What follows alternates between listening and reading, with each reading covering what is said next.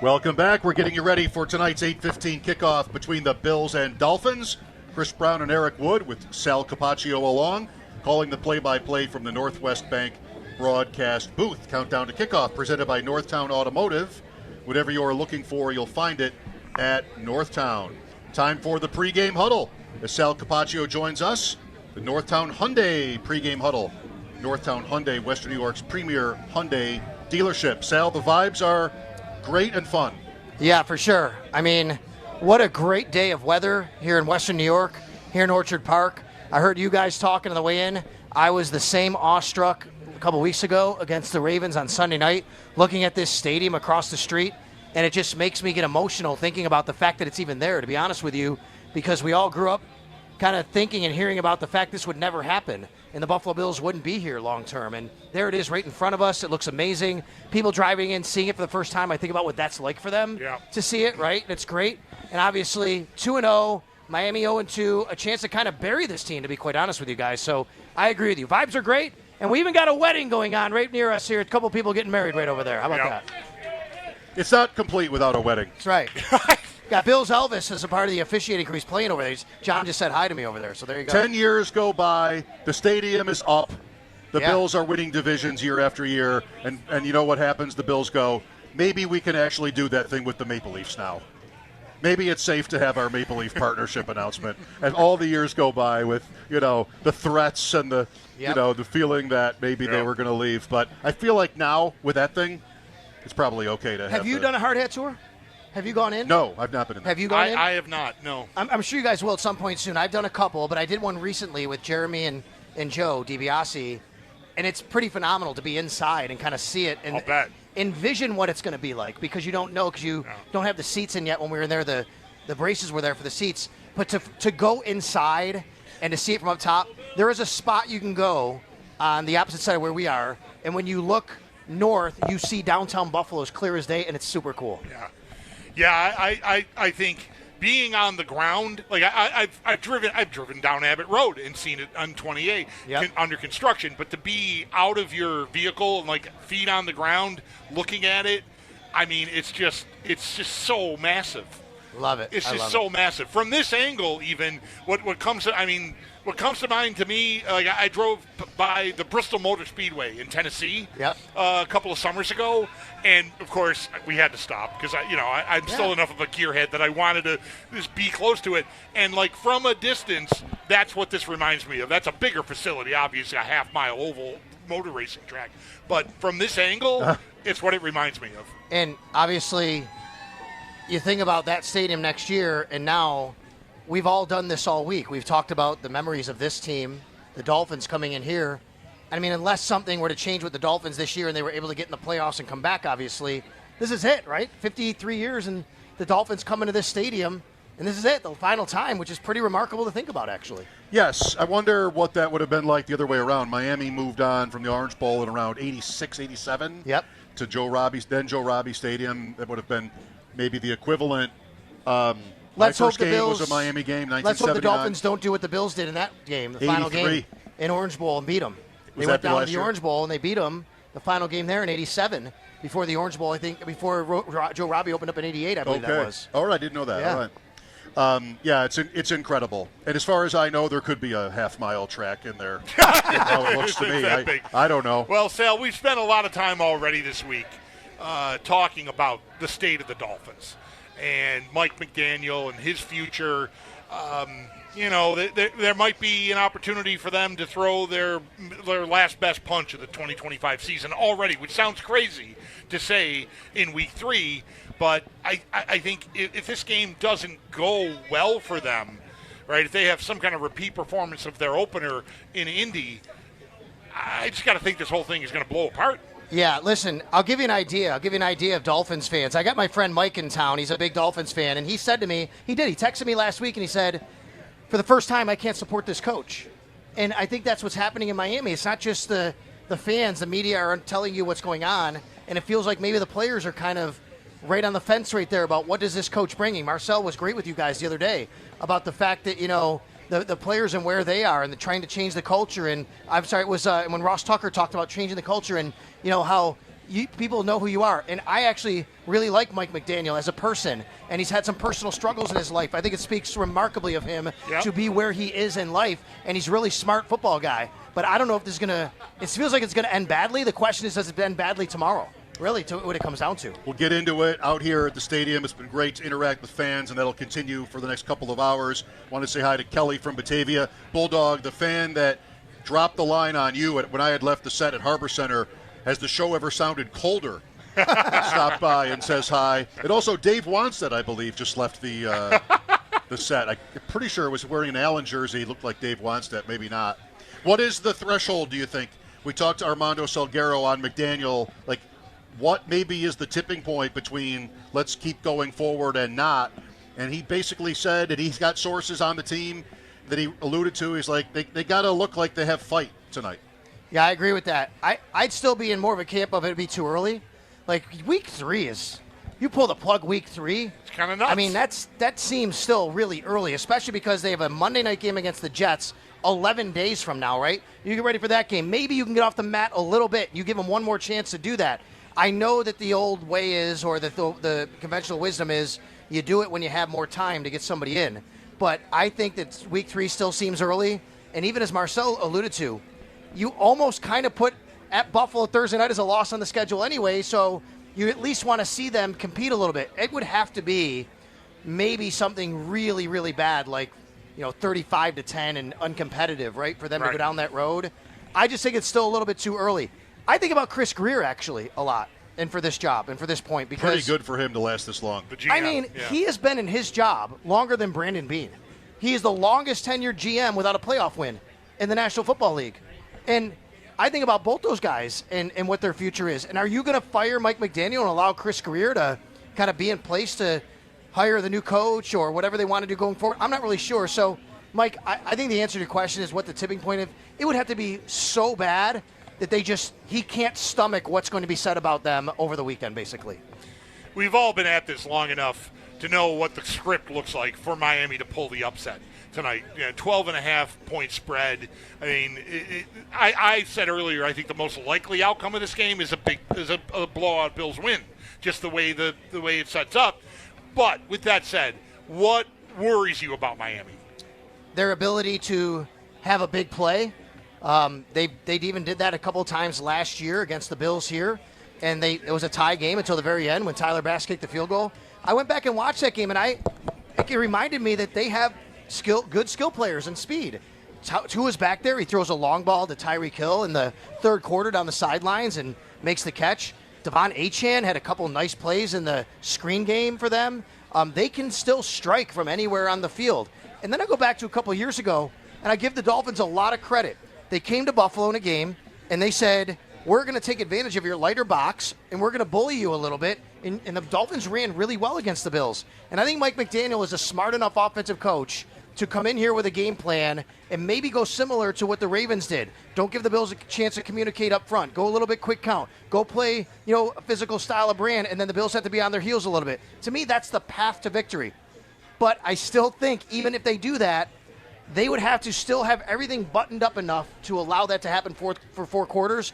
And they've done nothing over 2 weeks to show me they're buttoned up enough. And it says nothing about them stopping the Bills. Correct. Right? Like there's a scenario to me where if Miami can get enough right on offense and Achane is dangerous and Hill gets behind you once or Waddle, whatever, right? Then, okay, maybe they can get to 28 or 30 points, but what are they going to do to stop this Bills offense? I think you'd have to rely on the Bills to make their own mistakes, and this team just doesn't anymore, and they haven't. It could happen tonight, but the Bills have the NFL, let's knock on wood, record right now of consecutive games of not losing the turnover battle. That's insane. 24 straight games, right? The Bills don't give you the ball. They don't make these sorts of mistakes. I think Miami would have to force Buffalo into making a couple of these mistakes, have Josh Allen throw the ball to the other team. Remember, Miami comes here in the playoff game. They sack Josh in the third quarter, and they get a touchdown on defense because of it, right? I mean, that's the formula. If they want to on defense, they got to be aggressive and force the Bills to make mistakes. I think that maybe this is self-evident, but a streak like that, you've got to be careful and, on point, and they have been. You got to have some luck. They recover every fumble. Even in the Jet game, there were a couple balls on the ground, and they got every one. So there's that. But I would bet most of the teams on that list, that streak, are top teams. And it's chicken or the egg. I mean, we know that a bad team that's +3 in takeaways can win, but those teams are also not chasing. I think the teams that are chasing are in trouble for takeaways. You know, in the rare game when the Bills have been down, a couple of Jet games, not this one, but where like they have to press and sort of gamble a little bit, and that's where you're going to get, you know, your weak side blitzes or the safety jumps the route, something like that. So most of these games, it goes back a couple of years now. The last time they lost the turnovers was in Miami, the Week 18 game, 3-2. This includes playoffs, and they get the punt return that helps them. Punt return helped them win the game, but you know they have that for this particular stat. They have that advantage of usually being ahead. I agree, Mike. You know what it reminds me of? It's the stat where, and I hate the stat, and I'm sure you do. When a team rushes for 100 yards, right. They have this record. Well, yeah, that's because they're winning and they're running the ball because they don't need to take chances. It's, you said, chicken and egg. It's the cause and effect isn't the same. Yeah. Unless you're Baltimore in Week 1. Then you can run for 300 yards and score 40 points and still lose. Yeah. Don't you? If you're Miami, don't you think that's the formula? Like, let's make the Bills. Let's make sure we run it at them, and the Bills have to kind of play with us the whole game, and then we can take advantage. And that's what Baltimore did, and then eventually Baltimore made the mistake. And, you know, if they don't make the mistake, they probably walk out of here with a victory. Well, the Bills were underdogs enough times over the years. Like Bulldog said, we know what it looks like, the recipe. You know, we're the second best team on the floor, so what do you want to do? You want ball control. You want to keep possession, keep Allen off the field, all those sort of cliches. I think Miami might be able to do that. I mean, the Bills in Week 1 were, you know, ravaged on the ground, and maybe that's an area. Achane has had, 4 games against the Bills, 6 touchdowns, 300-yard games. He's dangerous. He maybe is more dangerous as a guy to break one than like sort of a plotter. He's not a plotter at all. Right, but he gets to the second level, he can make things happen. Yeah. He gets out in space. He's not going to go down once he gets the first down. Honestly, I know it sounds weird to say, but really maybe the best thing that ever happened to the Bills' run defense was what happened Week 1, because Week 2 they were so intentional about making sure that didn't happen, right? They did everything, even without Ed Oliver, everything they could to say, you are not running the football. And I think that message got through loud and clear, where I think that's the approach they have to take tonight. They did elevate Zion Logue again, so Zion Logue played well last week, but I think that's the same mentality they have to bring into this game tonight. How much concern about No Milano? We know that they got through without Oliver. You mentioned Logue was a part of that last week, and their rotation was more back to like 50-50 with the interior defensive line last week, so that was good.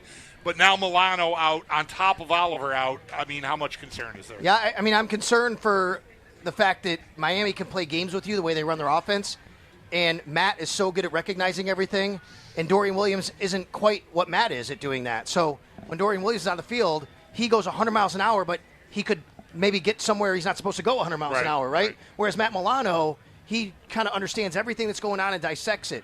And if they can play games and get Dorian to look one way when it's going the other, or Dorian overshoots something and Devon Achane is out the back door, that's where I think. So I think, to me, Miami will probably try to take advantage of Dorian Williams in the passing game tonight. He's a really good run defender. He'll get there, like I said, 100 miles an hour, and they'll try to do some things to keep him off kilter there. But look, he started all those games last year. He was the Bills' leading tackler. He's a good player. He's a good backup to have. But if I'm the Miami Dolphins, I'm probably trying to take advantage of him to get his eyes going one way, and then you go the other way. Just get him to take a step or even a half step the wrong direction and pivot the other way. Yep. Yeah. What's left for the Dolphins to try defensively?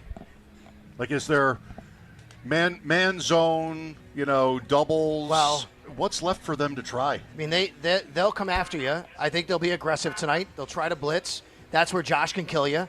He has done that. Maybe the only thing, Mike, is to just say, look, we are going to kind of go with the old thing the Bills did for a few years and maybe still do, which is we're just going to make sure everything you do is in front of us, right? And you're not going to get a big play. And the Bills have been so good at still maintaining the football, but you never know. Maybe they do make a mistake. Maybe they say, we're going to make you go 10 plays, 12 plays, and eventually you're going to have a 3rd and 6 and we can take advantage of something. Eventually maybe you put the ball on the ground. Maybe that's what they have to do because, honestly, their secondary is depleted and it's not that good. The Miami Dolphins are 29th in the NFL after 2 weeks in passing yards per play allowed, over 9 yards of play allowed. That is a lot. That's a huge number. Small sample size. That's facing Daniel Jones and Drake May. England, yeah. Over 9 yards of play allowed. Yeah. And if you're gonna challenge the Bills, I think you're just inviting Josh Allen to tear you up. Right. You want James Cook to run. Yes, Oh, I think just so. I think so. Maybe just That's to give right. yourself a chance. You know, Yeah. speaking of Allen, it is such a luxury to have a guy that, I mean, he's not infallible. He had a bad game in the opener in prime time against the Jets, 2 seasons ago now. But I read today, and I never looked if this includes the Thanksgiving games, but 7-0 on Thursdays, and maybe that's this Thursday nights. Prime time, like, to have the level of trust I think, from out here have in him, let alone the team and the coaching staff, you just feel like he's got it. Josh actually gave a real good answer to something I thought was very insightful, and maybe people didn't pick up on it, that I thought, wow, that really makes sense, maybe why he's so good on these shorter weeks. So the question was asked to Josh this week, like, what is the difference in game planning when you have a Thursday night game versus Sunday? And he said, it's so short, you can't really put in a lot of new stuff. You have to stick to your basics. And I'm thinking, that explains to me, like, Josh, he's seen this team, right? Division rival, division game. I think he kind of knows what to expect, knows what's happening. You can't put a lot of wrinkles in 4 days to face Josh Allen. And Josh Allen is a great processor as it is. He's even tried to up that this year, and it looks like he has so far. I think Josh gave you a clue into why he's so good on Thursday nights by saying, I know they're not going to kind of do a lot of things that I'm not used to, so I'm going to trust what I see, and that's where you get that. I got 6. I'm looking for 7. Was there a Thursday night game in New England that they won? I think there was. But Thanksgiving in Dallas, Thanksgiving in New Orleans, they're not in chronological order. Last year in Miami, the Tampa home game, the Lions on Thanksgiving, It was the the Rams week after. opener. It was the week after a Thanksgiving game. They played in New England, I believe, the following Thursday night. After New Orleans? Would have been that one probably, yeah. Yeah, so that's 7 if that's right, 7-0. Well, I mean, easy game. Right. You know, one more thing on McDaniel, back to him and Miami's situation. I made this point to Bulldog, and maybe you've thought about this or have a perspective on it. All those Bills drought years, or even other teams just following the league, where, all right, well, your friend, your Miami Dolphins fan friend. Yep. It's like, it's a time to hit the reset button. If you do that, who do you want right now? Like, we used to have these assorted legends that would go into broadcasting, or sort of like just Mike Shanahan was just fired in Denver and would be, that's a long time ago now. But the years where we talk, just sort of dream about Bill Cowher and these people who were like available. Bulldog mentioned Gruden. Yep. I'm not sure it's time yet. He served enough time for Gruden. But there aren't really these guys right now that have been recently removed, fired, have recently left. You have Belichick, of course, who's working at North Carolina, but there's like sort of a group of so-called legendary coaches that they've been out of the game too long. It wouldn't be, once upon a time we might have wanted Jimmy Johnson to come in. That's not going to happen. Who do the Dolphins want? I think Gruden's the first name I think of because it is Miami, it's South Florida, it's the splash, right? I mean, I saw something today about Florida Gator fans thinking about John Gruden right down there if things keep going the way it is on the college scene. But what are you supposed to want, Bill O'Brien or somebody like this? If it wasn't this team, I actually think Nick Saban's name would be thrown out. But he'd already done that. No, that's good. Right? His name because he didn't want he doesn't want to do the college thing anymore. He already burned them once. Right, exactly. Right? Like he came in and bailed out. Yeah, so I don't think Stephen Ross is doing that. That's good. At least he's somebody like on this level. Where's Mike McCarthy? Mike McCarthy, I mentioned him.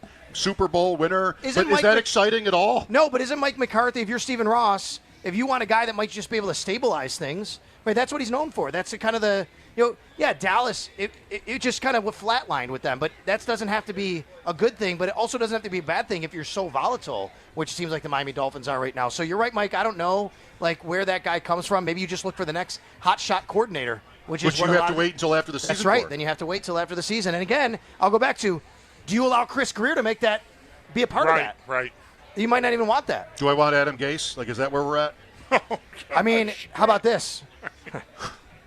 Do you go out? Wait, well, is Arch Manning, is he able to go in this draft? I don't think so. He could be. He can if he wants. What about Steve Sarkisian and Arch Manning coming? That has to wait. Right?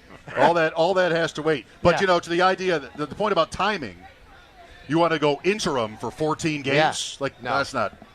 Who are you supposed to? Yep. You want to sort of run some electricity through your franchise. You make a move and we got so-and-so. Yeah. Who's so-and-so? I think if you do interim, the guy that screams it to me on staff is Anthony Weaver. He's very, very well regarded. He used to be a Buffalo Bills defensive line coach. He's the defensive coordinator for the Miami Dolphins now. They also have, by the way, Bobby Slowick on staff. They do. He's their senior passing game coordinator, for whatever that's worth right now. So, I mean, there's a couple of guys on staff. But, yeah, you're right. I mean, 14 games of an interim is tough. Curtis Modkins, I might think, is even on this. Former Bills offensive coordinator, Curtis Modkins. That's right. Under Gailey. Under Gailey. Who called the plays himself. But, hey, nice. Looks good on a business card. Yes. Darrell Bevel, also in Miami's on Miami's coaching staff. Sal, you should be here for this before you go. It's time now for Tailgate Trivia, presented by TSE Buffalo. Be the first caller to correctly answer our Tailgate Trivia question. The mandate was, as told to me, make it easy. And you will win a Buffalo Bills autographed merch item courtesy of Total Sports Enterprises Buffalo. The question is, as it happens, the all-time leading rusher in Miami Dolphins history and all-time leading scorer both went to Syracuse. Okay. Name either one. First correct caller wins. 716. They're different people. 221. I could get one. 4 WGR 221-4947. Good I luck. got them both. Thank you, Sal. Thank you. On tap next on Countdown to Kickoff, we talk some more. It's What? brought to you by Miller Lite. It's Miller time, Bills fans.